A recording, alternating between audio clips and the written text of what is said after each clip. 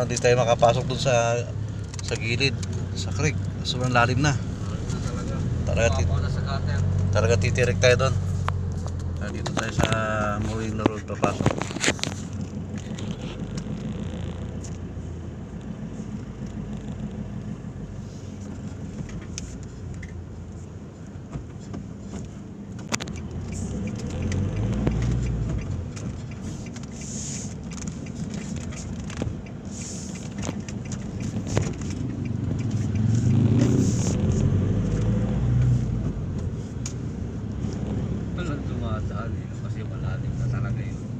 Malalim na yun. Pagka yun ay lumampas sa gutter, ano yun, malalim na yun.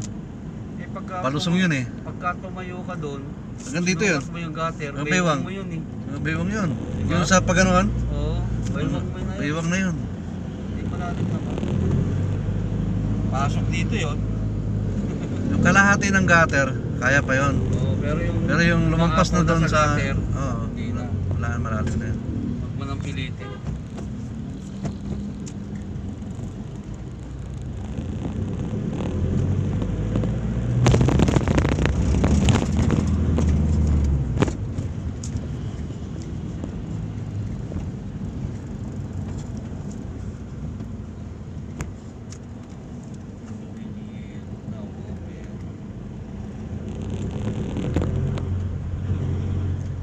Walang pasok ha, parang matraffic yan ha.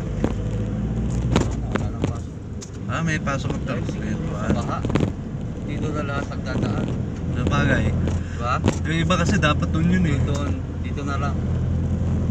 Dapat doon dadaan, dito na lang din. Mas kalahati ang pupunta dapat doon eh, kaya dito na ipon. Right doon sa baha. Yan guys, traffic na naman ng Townie Country. Maraming tubig doon. Dahil yung mga mag-shortcut ng Townie Country Creek, huwag na kayo dumaan doon sa Molino Dam. Malalim na.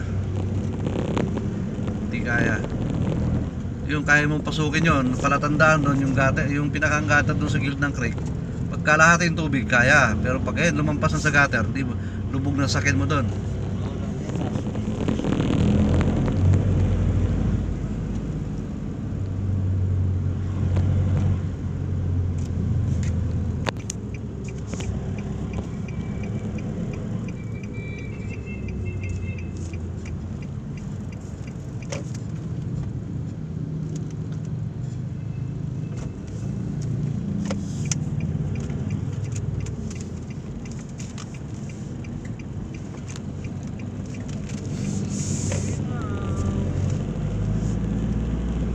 Diretso na ba sa room to?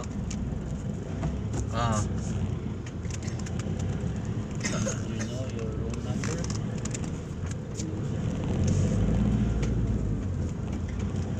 A1 na tayo yan? Ay, 1A. Magkaklase ba to? Tingnan mo ID. Hindi magkaklase sila? Tropa yan eh. Alam naman daw niya ako sa room. Pero alam ko naman na ano ko lang. Pinakandulo. Oo, alam ko naman. Kaya lang eh. Siyempre tatalangin mo kung alam niya nila. Alam naman daw.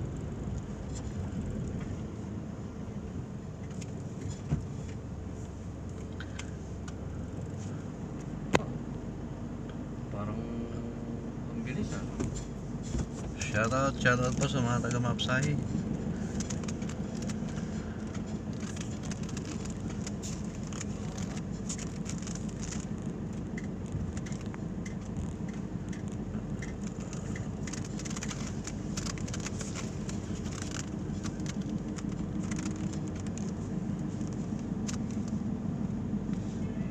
Okay.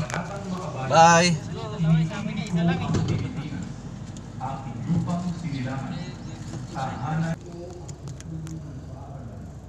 Okay na. Ang susunduin naman ngayon yung mga grade 6. 8 o'clock pa yan. Kasi pasok na 9:30. So, kakape muna tayo guys.